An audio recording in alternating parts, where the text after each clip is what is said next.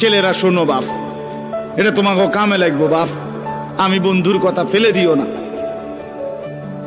অনুরোধ করছি বাপ।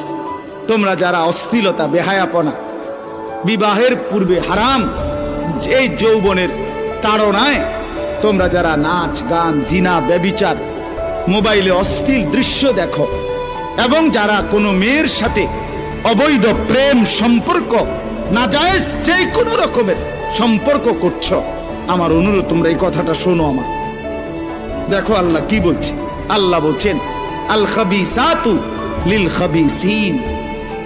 আল্লাহ বলে চরিত্রহীন খবিশ যেই পুরুষ, আল্লাহ বলেন আমি আল্লাহ বলছি, তুই মনে রাখিস বন্ধু, এ কথাটা মনে রাখো।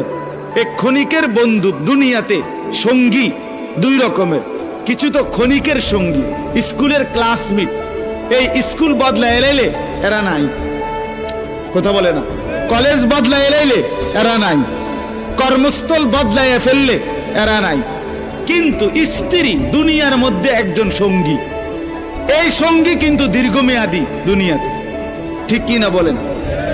স্ত্রী একদিনের, স্কুল বদলে এলে স্ত্রী বদলে যায় না। স্ত্রী বিবি দুনিয়ার মধ্যে দীর্ঘমেয়াদী সঙ্গী, মৃত্যু পর্যন্ত সঙ্গিনী। আর স্ত্রী শুধু স্ত্রী না, স্ত্রী আমার বংশ, আগামী দিনের প্রজন্ম, আমার সন্তান, আমার সামনের আগত জেনারেশন, এর দ্বারা আমার আগামী দিনের পরিচয়। তাহলে এটা কি একটা গুরুত্বপূর্ণ বিষয় কিনা?